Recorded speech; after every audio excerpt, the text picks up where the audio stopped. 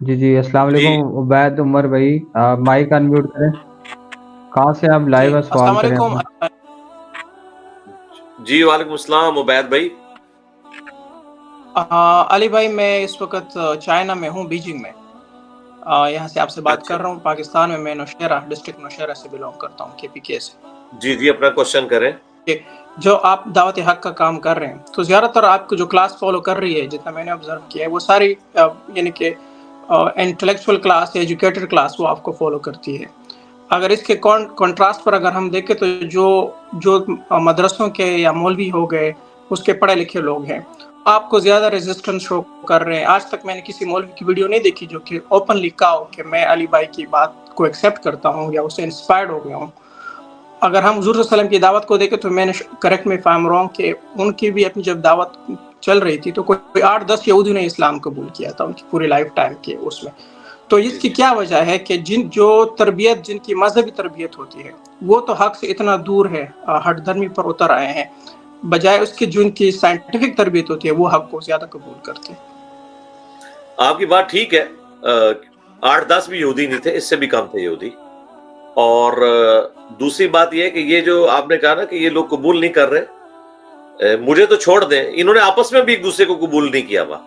آج تک آپ نے کسی ریناؤنڈ اہل حدیث عالم سے سنا ہے کہ بریلویوں کی یہ بات قرآن و سنت کے مطابق ہے اور ہم غلط ہیں اس مسئلے میں؟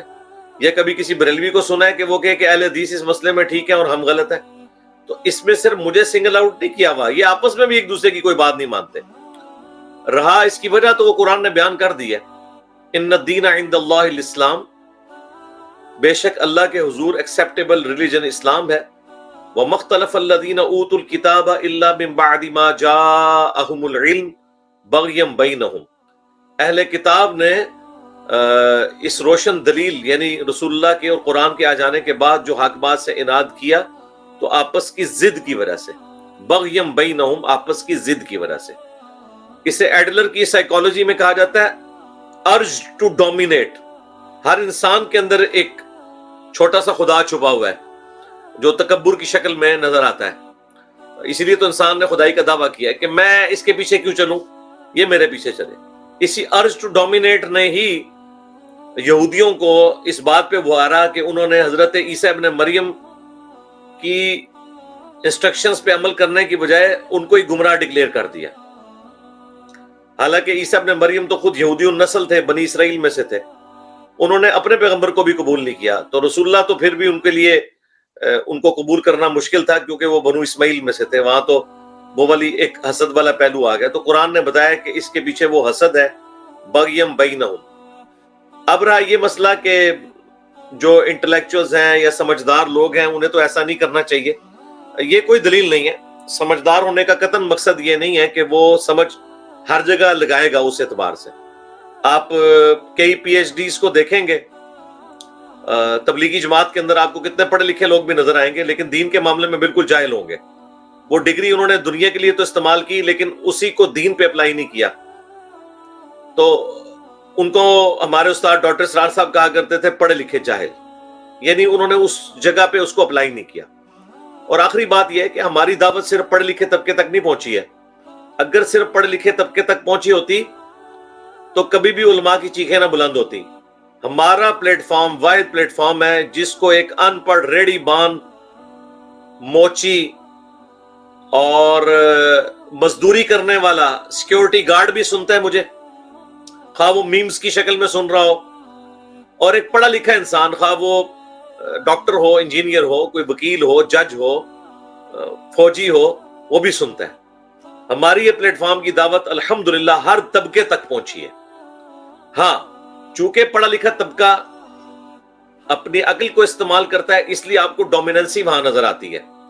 ان پڑھ لوگوں کی تعداد چونکہ زیادہ ہے اس وجہ سے ادھر جاہل لوگوں کی تعداد بھی زیادہ ہی ہوگی، اس لیے وہ زیادہ لوگوں کی تعداد میں ریشو پروپورشن نکالیں تو بنسبت پڑھے لکھے لوگوں کے کم ہی نکلتا ہے حق قبول کرنے کا، لیکن وہ کم نہیں ہے، وہ بھی بہت زیادہ ہے۔